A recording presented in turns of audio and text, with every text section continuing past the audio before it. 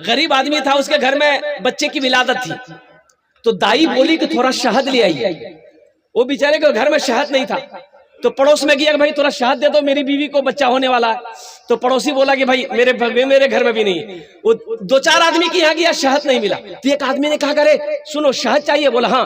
बोला ऐसा करो, मदीना से बाहर जाओ, ये काफिला आ रहा है, उस काफिले में तुम्हें शहद मिल जाएगा। भाई ज़हन को हाजिर करो, ज़हन हाजिर है ना भाई, ज़हन हाजिर है ना। मैं क्या कह रहा था, ये काफिला आ रहा है, उस काफिले में तुम्हें शहद मिल जाएगा। ये शख्स मदीने से बाहर दौड़ा, देखा काफिला आ रहा है, 100 ऊंटों का काफिला। सुभान अल्लाह बोला था माशाअल्लाह। 100 ऊंट का काफिला आ रहा है। अब सबसे पहले जो ऊंट था आगे में ना, ये शख्स कहने लगा भाई रुको, रुक जाओ। और रुक गया। क्या बात है भाई? बोला मैं गरीब आदमी, मेरी बीवी को बच्चा होने वाला है, थोड़ा शहद मिल सकता है? शहद? तो बोला कि हाँ शहद मिल जाएगा, अमीर से पूछना होगा, मेरे जो अमीर है उनसे पूछना होगा। तो बोला पूछो ना। वो ऊंट वाला उतरा, अमीर के पास गया, अमीर से बोला कि हुजूर इसको शहद चाहिए। इसको भाई बोलो भाई, इसको शहद चाहिए। तो अमीर ने हुक्म दिया कि एक ऊंट पर सिर्फ शहद बंधा हुआ था। मिट्टी का घड़ा होता है ना भाई, मिट्टी का घड़ा होता है, आपके यहाँ होता है? मिट्टी के घड़े में शहद था, और वो शहद को 2 घड़ा को ऊंट के पीठ पे ऐसे लादा गया था, लटक रहा था दोनों घड़ा ऊंट के पीठ पर। तो अमीर ने कहा ऐसा करो, एक घड़ा शहद का खोल कर इसको दे दो। तो गुलाम ने कहा कि हुजूर अगर एक घड़ा शहद इसको दे देंगे तो अपने ऊंट पर एक घड़ा शहद हम लोग लेकर जाएंगे, कैसे बैलेंस गड़बड़ा जाएगा ना। तो अमीर ने कहा कि ऐसा करो, दोनों घड़ा शहद इसको दे दो। दोनों घड़ा दे दो, दोनों घड़ा दे दो। तो फिर गुलाम ने कहा कि हुजूर दोनों घड़ा शहद तो इसको दे दे, लेकिन ये कमजोर आदमी ये लेकर जाएगा कैसे? तो अमीर ने कहा ऊंट भी दे दो। ऊंट भी दे दो। जानते हो ये अमीर कौन थे? यही हजरत उस्मान गनी रज़ी अल्लाह ताला अन्हु थे, बहुत बड़े सखी थे। ए मुसलमानों, दमिश्क की मस्जिद में आलिम साहब फरमा रहे थे, ए लोगों सुनो, नमाज पढ़ोगे 2-4 शैतान तुम्हारे पीछे लग जाएगा। लोगों सुनो, रोजा रखोगे 2-4 शैतान लग जाएगा, कुरान पढ़ोगे 2-4 शैतान बहकाएगा। लेकिन जब कोई मुसलमान सदका करने की नीयत करता है, 70 शैतान उसके पीछे लग जाता है। कितना शैतान लगता है भाई? भाई बोलो भाई, कितना शैतान लगता है? ए बाबू बैठो, बोछे जाओ ना खाने। आगे आ जाओ, आगे तो जगह खाली है बेटा, आ जाओ आगे आओ। अरे आगे आ जाओ ना, चंदा नहीं लेंगे, आ जाओ। जब बहुत सारे लोग हमारे जलसे में पीछे रहते हैं, आगे नहीं बैठता है, बोले मौलवी साहब चंदा ना मांगिला। एक जगह तकरीर करके नीचे उतरे तो कुछ बच्चों ने घेर लिया कि हजरत मेरे तरफ से 1 कप चाय पी लीजिए। तो ये चाय की दुकान थी बगल में, बैठ गए बेंचे में, सारे लोग घेर लिया। एक लड़का ऐसे खड़ा। हम बोले बेटा काहे खड़ा, तू भी बैठ जो चाय पी ले। बोला क्या चाय पियेंगे? 2 टका जेब में था, वो भी आप ले लिए, तो हम चाय पियेंगे कौन सी लेके? एखाने बसे जाओ। इमाम साहब ने कहा नमाज पढ़ोगे 2-4 शैतान तुम्हारे पीछे लग जाएगा, रोजा रखोगे 2-4 शैतान तुम्हारे पीछे लग जाएगा। लेकिन जब जैसे ही कोई मुसलमान सदके की नीयत करता है, अल्लाह के रास्ते में खर्च करने की नीयत करता है, 70 शैतान उसके पीछे लग जाता है। कितना लगता है? तो इमाम साहब ने ऐलान किया, मजमे में कोई है मुसलमान जो 70 शैतान को हरा दे? एक नौजवान खड़ा हुआ, बोला शैतान की ऐसी की तैसी। गया घर, बोरा में आटा रखा हुआ था, एगो झोला लिया और झोले में आटा भरा और लेके घर से निकल रहा था। बीवी रास्ते में खड़ी हो गई, बोले कहाँ जे जाओ? एकरा में कीच गए। बोला आटा। बोले कहाँ जे आटा लगा? हमको एक सदका करने के लिए। बीवी बोली चुपचाप मर के आटा रखिए, काम धंधा तो नहीं करे, जा रख लो आटा, जैसे सदका करे लगा जा। लिया के चुपचाप मार के रख दिया। आके आज के फिर मस्जिद में बैठ गया। तो किसी ने पूछा की हो, कर लो सदका कर लो। तो नौजवान बोला कि सदका तो हम कर देते, झोला में हम आटा भर लिए थे, लेकिन क्या करे शैतान की अम्मा आ गई, बस वही हम हार गए। शैतान की अम्मा ने मुझे हरा दिया। तो नौजवानों मुसलमानों और कुर्बान जाओ, एक गांव में कभी जलसा नहीं। एक चचा मियाँ नया कपड़ा सिलाए, दर्जी के यहाँ गए, नया कपड़ा सिलाए कि हम जलसा में जाएंगे, नया कपड़ा पहन के जाएंगे, सुरमा लगा के जाएंगे, बालों में तेल लगा के जाएंगे, कुर्ता पैजामा पहन के जाएंगे। दर्जी के यहाँ गया, वे भाई मेरे यहाँ जलसा है, कल एक कपड़ा सिला करना। दर्जी बोला ठीक, कल आइए कपड़ा लेके जाइएगा। आज जलसा है, दोपहर में गया, कुर्ता पैजामा छोड़ा करके ले आया। तो घर आया तो सोचा कि थोड़ा पहन कर देखे सही सिया है कि नहीं सिया है।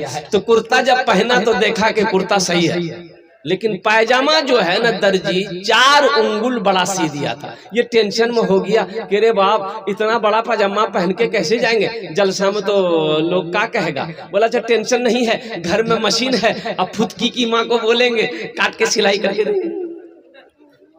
बोला फुदकी नाम छेगे कि नहीं छे? बोला अरे फुदकी बच्ची का नाम फुदकी है कि नहीं है? ये नाम तो कुछ नहीं है, फुरगुन, हस्सो, फुदकी, बहुत सारा नाम। एक नौजवान मेरी खिदमत कर रहा था, 13-14 साल का बच्चा था। मैंने कहा बेटा बहुत खिदमत की, तुम्हारा नाम क्या है? बोला हजरत शर्म आती है, नाम मत पूछिए। हम बोले नाम तो बोल, नाम बताने में क्या है? बोला कि हजरत क्या बोले, जब आप पूछ रहे हैं तो हम बता दे रहे हैं, मेरा नाम है फटकन। बोले फटकन ये कौन नाम जो रे के रखल करे रे? बोले हमार दादो। कि तोर दादो के नाम की रहे रे? बोले हमार दादो के नाम रहे लटकन। बोले ठीक है, वो लटकते रहते तू फटकते रहिए। अपने बच्चों के अच्छे नाम रखो, ये बच्चे का हक है माँ बाप के ऊपर में, ये बच्चे का हक है। और किसी के हक को मारोगे हशर के मैदान में अल्लाह की बारगाह में पकड़ हो जाएगी। इंशाल्लाह नौजवानों शादी करोगे, बच्चे होंगे तो अच्छे नाम रखोगे। अरे कितने लोग तैयार हो इंशाल्लाह अपने बच्चों को अच्छे नाम रखोगे। नबी के सुन्नत के मुताबिक शादी करना, नबी के सुन्नत के मुताबिक शादी करोगे तो बच्चा अच्छा पैदा होगा, बच्चा नेक पैदा होगा, बच्चा मुत्तकी पैदा होगा, बच्चा नेक और साले पैदा होगा। और नबी के सुन्नत के खिलाफ शादी करोगे तो बच्चा लंगड़ा पैदा होगा, बच्चा काना पैदा होगा, बच्चा अंधा पैदा होगा और बच्चा बहरा पैदा होगा। नबी के सुन्नत के खिलाफ काम मत करना, नहीं तो बच्चा फरमा बरदार नहीं होगा, ना फरमान होगा। तो इंशाल्लाह नबी के सुन्नत के मुताबिक शादी करोगे। ये लोग जहेज में हेजा चले जाए, हाँ ये नहीं चलता है ना, जहेज नहीं चलता है। अरे जहेज में ले जे मकुर जाना नहीं नहीं लेते। देखिए इमाम साहब बोल रहे सबसे ज्यादा यही लेते हैं। ए दुनिया वालों छोड़ दो, ए दुनिया वालों छोड़ दो, आदत जहेज की अच्छी नहीं है रीत, रिवायत जहेज की।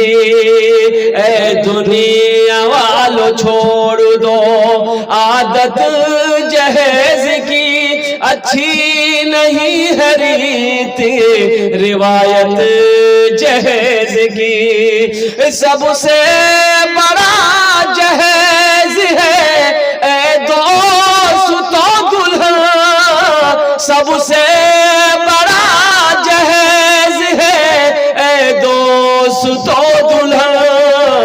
फिर इसके बाद कुछ नहीं कीमत जहेज की, फिर इसके बाद कुछ नहीं कीमत जहेज की।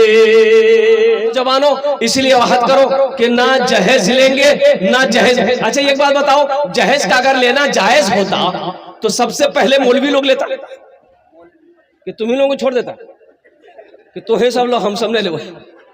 अरे जहेज अगर जायज होता तो सबसे पहले हम लोग ना लेते। तो किसी मौलाना को जहेज लेते हुए देखे? अरे वाह, बच्चा सब मुड़ी हिलावे जी। नहीं, मांगा नहीं होगा, मांगे नहीं होंगे हजरत, कोई खुशी में दे दिया होगा, वो अलग बात है।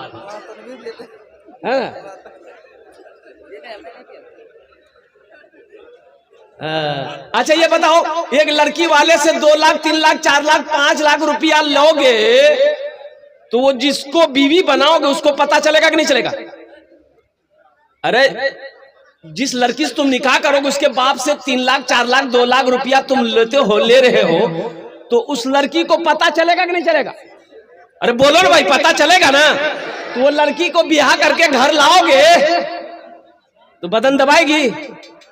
अरे बोलो ना, बदन दबाएगी, हाथ दबाएगी, सर दबाएगी, नट्टिए दबा देगी, झमेले खत्म हो गया। सोचो तो सही। नौजवानों, एक लड़का ऐसे ही छाड़ता था। अब अभी का जमाना, पहले के जमाने में हजरत बुजुर्ग लोग हमारे बैठे हुए हैं, बाप अगर बेटा को बोला के कहता था बेटा ब्याह कर रे, तो बेटा शर्म से पानी हो जाता था, भाग जाता था। बोला बात सही कि गलत है? बेटा रुकता नहीं था, भाग जाता था। तब उनके अब्बा उनके दोस्तों से बात करते थे, तब वो तैयार होता था। और अभी का आलम यह है, हर लड़का मोबाइल में लड़की का फोटो लेके घूमता है। अम्मा से कहता है कि एक रेज ब्याह कर, वो अब्बा से कह दिया है, नहीं करे वे बॉस। सोचो तो सही, शर्म खत्म हो गई, हया खत्म हो गई। अब शर्म कहाँ है नौजवानों? शरीयत ने हुक्म दिया है कि जिस लड़की से तुम निकाह करो उसे एक झलक देख लो। क्या बोला? अरे भाई बोलो भाई, एक झलक देख लो कि पूर्णिया घुमाते रहो। एक झलक देखने का हुक्म दिया है कि उस लड़की को एक झलक देख लो। अब पूर्णिया, कटिहार, बनमनखी निकाह से पहले घुमाने की इजाजत नहीं है। इसलिए नौजवानों तौबा करो, जब तक निकाह ना हो उस लड़की से बात ना करो। तुम्हारा बात करना उस लड़की से हराम है। एक लड़का ऐसे ही बात छांट रहा था, बात आ गई, हे लड़की से कर भेरे नाक टेढ़ो छे हटाओ, एक राजे बोले ने आंख तिरछो छे हटाओ, एक राजे बोले ने एक मुंह टेढ़ो छे हटाओ, एक राजे बोले ने लड़की कारो छे नहीं करवे। छांटते छांटते 40 साल की उम्र हो गई। तो उसका जीजाजी बोला, बहनोई बोला कि अब तुम्हारी शादी नहीं होगी। बोले काहे नहीं होगी? बोले इसलिए नहीं होगी, अब तुम बूढ़ा हो गए, 40 साल उम्र हो गई, अब कोई लड़की तुमसे शादी के लिए तैयार नहीं होगी। तो अपने जीजाजी से बोला कि जीजाजी देखा, अब आप जो देखिएगा ना हम कर लेंगे, अब हम लड़की नहीं देखेंगे, आप जो पसंद कर लीजिएगा हम तैयार। उसका जीजाजी जी बोला कि अच्छा बेटा तुम्हारी ब्याह हम करवा रहे हैं। एक काली लड़की को देखा, एकदम मिसमिस काली, बात चलाया, बात चल गई, बात पक्की हो गई, बारात गई, शादी करके ले आया। रात में बीवी के कमरे में गया, वो लड़की घूंघट उठा के जो सलाम की, ये लड़का वही बेहोश हो गया।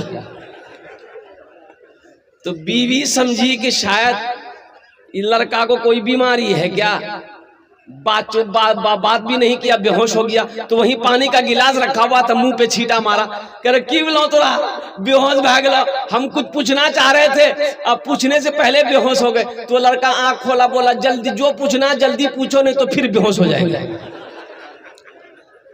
ये लड़की बोली कि अच्छा ये बताइए, हम यहाँ नई आए हैं, हम किसी को जानते नहीं हैं, आप मेरे शोहर हैं, जरा इतना सा बता दीजिए हम किससे पर्दा करें, किससे पर्दा नहीं करें। तो नौजवान बोला कि सुनो, तुम किसी से पर्दा करो या ना करो, लेकिन हमसे जरूर पर्दा करना। लड़का फिर भी होश हो गया।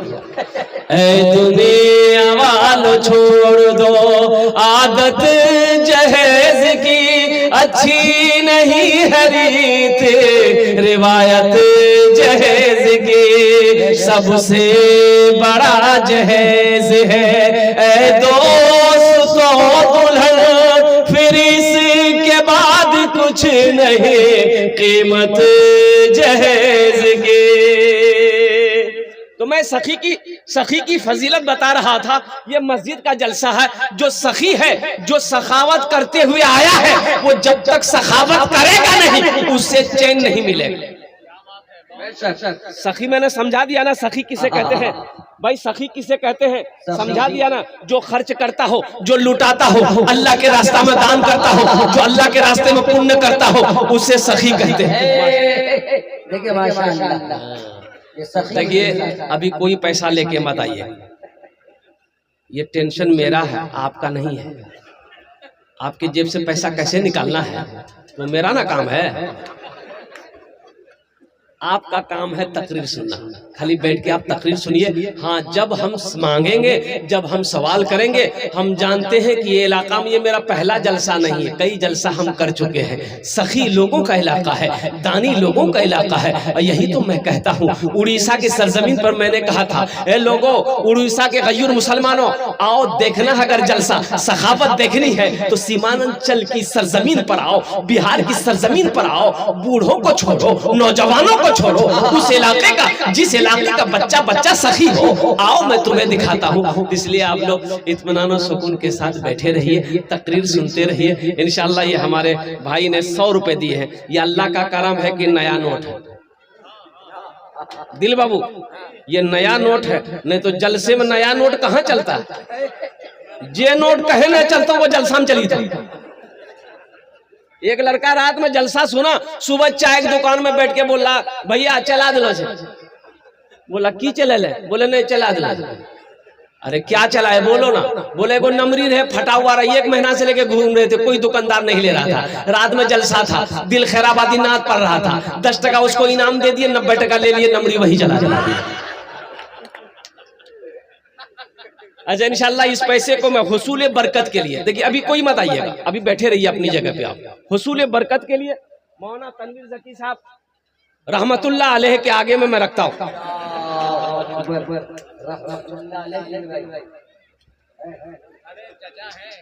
चचा है दिल खैराबादी बाबू के, अल्हम्दुलिल्लाह बहुत बड़ा नाजिम है, ये पूरे हिंदुस्तान में घूमता है। लेकिन क्या बोलिएगा, एक बार अल्लाह ने एक फरिश्ते से कहा कि जाओ जमीन पर जाओ, जो सबसे बड़ा झूठ बोलता उसको पकड़ के लिया। वो फरिश्ता आया एक नाजिम को पकड़ के लेके गया।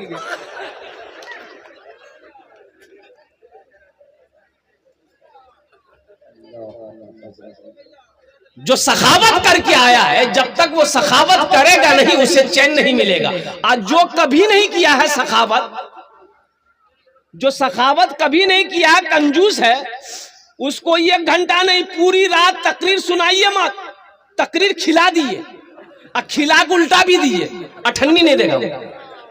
बोला बात सही से गलत है, बोला हाँ। जो सखी है, एक बादशाह था, बड़ा सखी था, अपोजिट उसकी बीवी एक नंबर की कंजूस थी।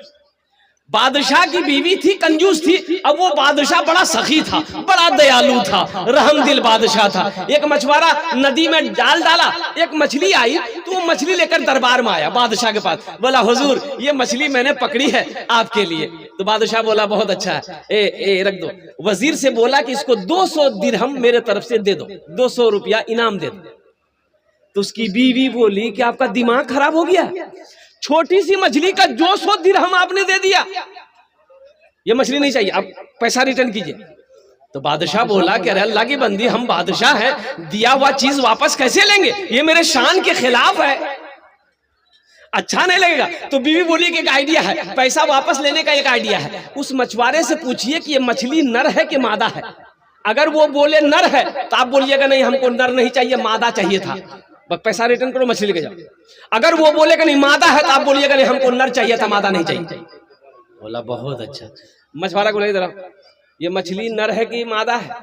तो मछुआरा भी बड़ा चालाक था, बोला हुजूर ये मछली ना नर है ना मादा है, ये बीच की मछली है, आपके लिए खास कर चुन के लाए हैं। बादशाह खुश हो गया, बोला 200 दिनार और इसको इनाम दे दो, 200 दिरहम और इसको इनाम दे दो। बीवी और जल भून गई कि 200 निकालने के चक्कर में 400 चला गया। वो मछुआरा जब जाने लगा तो दरबार में 1 रुपया की सिक्का गिरा हुआ था, वो उठा के पॉकेट में रख लिया। बीवी बोली कि बस हो गया, वो चोर भी है, आप इतना दिए फिर भी सबर नहीं है, वो पैसा उठा के जेब में रखा है, बस इसी बहाने वो उससे पैसा रिटर्न कीजिए और उसको सजा दीजिए। तो बादशाह उसको बोला है इधर आओ, कहे पैसा उठाया? बोला हुजूर इस सिक्के में आपकी तस्वीर है, आपका फोटो है, जमीन पे गिरा रहता, कोई पैर दे देता तो ये बेअदबी होती, इसलिए हम उठाकर चुम भी लिए, जेब में रख लिए। बादशाह खुश हो गया, बोला 200 दिरहम और इसको इनाम दे। 200 दिरहम और इसको दिनार दे दो। तो जो सखी है, जो सखावत करके आया है, वो जब तक सखावत करेगा नहीं उससे चैन नहीं मिलेगा। जो बखील है, क्या दिल बाबू।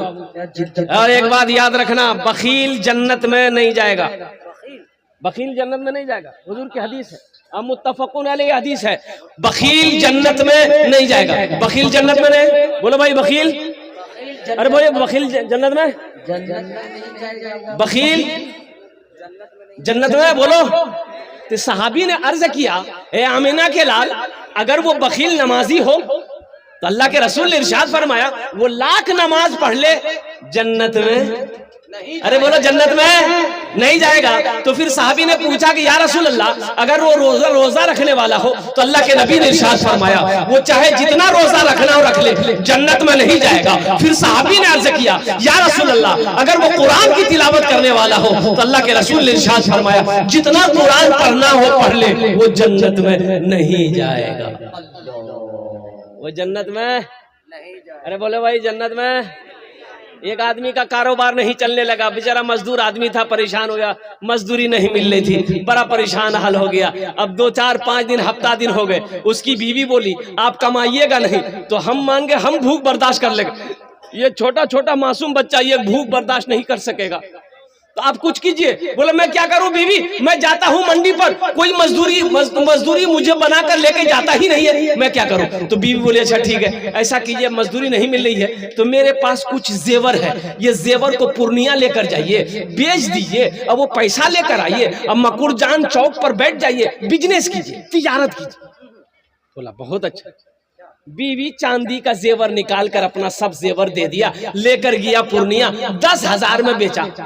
कितना में बेचा भाई, बोलो भाई कितना बेचा, 10,000 में बेचा। अब बेच करके बेचारा आ रहा था, और उसी दिन मकुरजान में था जलसा। आते आते शाम हो गई, सोचा घर बाद में जाएंगे, पहले जलसा सुन ले, जलसा सुन के घर जाएंगे। आके जलसे में बैठ गया, मेरे जैसा मुकर्रिर तकरीर कर रहा था, चंदा कर रहा था, जो अल्लाह के रास्ते में 5,000 दे खर्च करेगा अल्लाह 10,000 देगा, जो अल्लाह के रास्ते में 10,000 खर्च करेगा अल्लाह उससे 20,000 देगा। तू सोचा कि एक रास अच्छा बिजनेस कहाँ मिलते। हजरत बोली रल छे कि 10,000 दोगे अल्लाह 20,000 देगा, तो हम चावल दाल सब्जी खरीदने कहे जाएंगे। वो उठा और 10,000 की गड्डी लाकर हाथ में दिया, बोला हजरत इसको कबूल कर लीजिए। हजरत खुश हो गए, दुआएं दी, एक रसीद काट करके उसको दे दिया, ले आकर बैठ गया। फिर थोड़ी देर बाद कागज ठो निकाल के देखा, बोला कि हजरत से तो पूछे नहीं कि ये पैसा हमको मिलेगा कब। मौलवी साहब तो नहीं बोलो जी, ये पैसा देगा कौन। बोला अभी जलसा खत्म होगा पूछ लेगा। जलसा खत्म हो गया, हजरत चले गए, पूछ नहीं पाए। बहुत मुश्किल से घर पहुंचा बाबू। बीवी बोली कहाँ रहा, जेवर बेचे। बोला बेच दिए। बोला मुंह हाथ धोइए, खाना खाइए। बोला नहीं हमरा भूख नहीं छो, भूख खत्म हो गई। अच्छा बीवी को नहीं बता रहा कि हम 10,000 रुपए दे दिए, बताता कैसे, इतनी झाड़ू मारती कि सर का बाले उड़ा देती उसका। बीवी की तारीफ किया करो भाई। एक बात ये कि इमाम साहब तकरीर कर रहे थे मस्जिद में जुमा के दिन कि लोगों अरे कभी कभी अपनी बीवी की तारीफ कर लिया करो, बीवी की तारीफ करने में भी सवाब है, बीवी की तारीफ करने में भी, अरे बोलो भाई बोलो, सवाब है। ये नौजवान सुन लिया कि बीवी की तारीफ करने में सवाब है। घर आया, बीवी खाना निकाली, खाना खा रहा, सुबहान अल्लाह, सुबह खाना लुकमा डाल रहा, वाह वाह क्या खाना बना है, खूब तारीफ कर रहा है। बीवी आई पीछे से बेलना लेकर, मारी एक बेलना खटाक। बीवी बोली कि 20 साल शादी को हो गए, आज तक मेरी तारीफ नहीं किए, आज पड़ोसी की यहाँ से दाल क्या आ गई है, तारीफ करते थक नहीं रहे हो, मारेंगे बेलना सड़े फोड़ देंगे।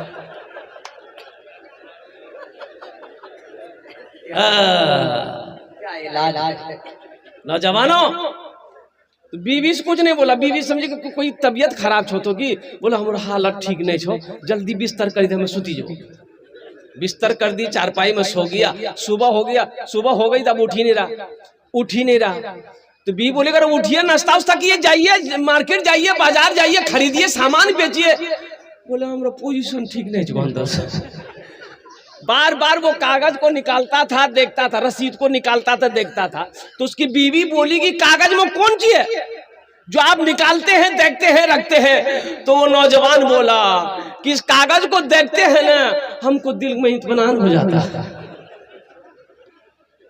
अच्छा, इसको 20,000 मिला कि नहीं मिला, हम लास्ट में बताने की कोशिश करेंगे इंशाल्लाह। जानेंगे इंशाल्लाह भाई, जानेंगे इंशाल्लाह। हाथ उठाओ, इंशाल्लाह जानेंगे अल्हम्दुलिल्लाह।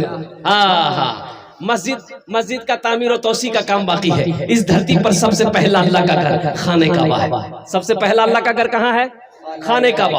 और कुर्बान जाओ, हजरत आदम अलैहिस्सलाम जन्नत से तशरीफ लाए, अल्लाह ने हुक्म दिया मेरा आदम मेरा घर बनाओ। हजरत आदम अलैहिस्सलाम ने खाने काबा की बुनियाद रखी। हजरत जिब्रील अमीन अलैहिस्सलातु व तस्लीम भी साथ रहे, अल्लाह के मलाइका फरिश्ता साथ में रहे। और कुर्बान जाओ, तूफान नूह आया, खाने काबा की दीवारें गिर गई। हजरत इब्राहिम अलैहिस्सलाम को अल्लाह ने हुक्म दिया मेरे इब्राहिम मेरा घर बनाओ। हजरत इब्राहिम अलैहिस्सलाम, हजरत इस्माइल अलैहिस्सलाम, बाप भी पैगंबर, बेटा भी पैगंबर, दोनों ने मिलकर खाने काबा की तामीर करी। हिजरत फरमाकर अल्लाह के रसूल मदीना पहुंचे। हिजरत फरमाकर कहां पहुंचे? मदीना पहुंचे।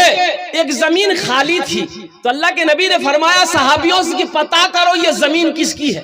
तो पता किया गया 2 यतीम बच्चों की जमीन है। तो अल्लाह के रसूल ने इरशाद फरमाया दो यतीम बच्चों को भी बुलाओ, और उनके जो सरपरस्त है, जो गार्जियन, उनको भी बुलाओ। बोले चाचा है, बोले चाचा को भी बुलाओ।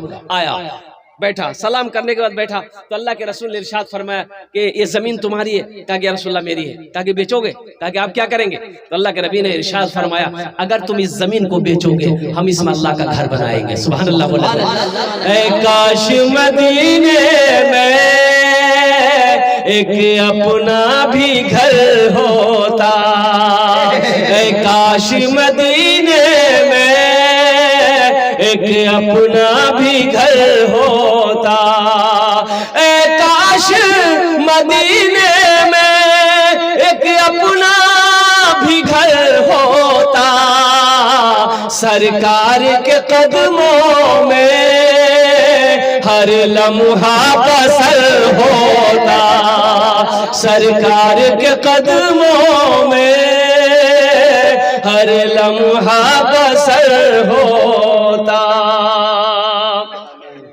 वो जमीन वाला बोला या रसूल अल्लाह, जब आप इस जमीन पर मस्जिद बनाइएगा तो हम पैसा लेके क्या करें? सोना चांदी ये मैं लेके क्या करूंगा, खत्म हो जाएगा। ये जमीन आपके कदमों में निछावर है, आप इस पर अल्लाह का घर बनाइए। अल्लाह के रसूल ने इरशाद फरमाया नहीं, फ्री की जमीन नहीं चाहिए मुझे, फ्री की जमीन नहीं चाहिए, इसकी कीमत लेनी होगी। वो सहाबी तैयार हो गए, या रसूलल्लाह जो मुनासिब कीमत हो। एक कीमत तय हो गई, जमीन वाला राजी हो गया। मजमे में से एक सहाबा खड़े हुए कि या रसूलल्लाह मस्जिद नबवी की जमीन की जो कीमत तय हुई है, उस जमीन की कीमत मैं अकेले अदा करूंगा। सुभान अल्लाह। बोले तो माशाअल्लाह। उस जमीन की कीमत मैं अकेले अदा करूंगा।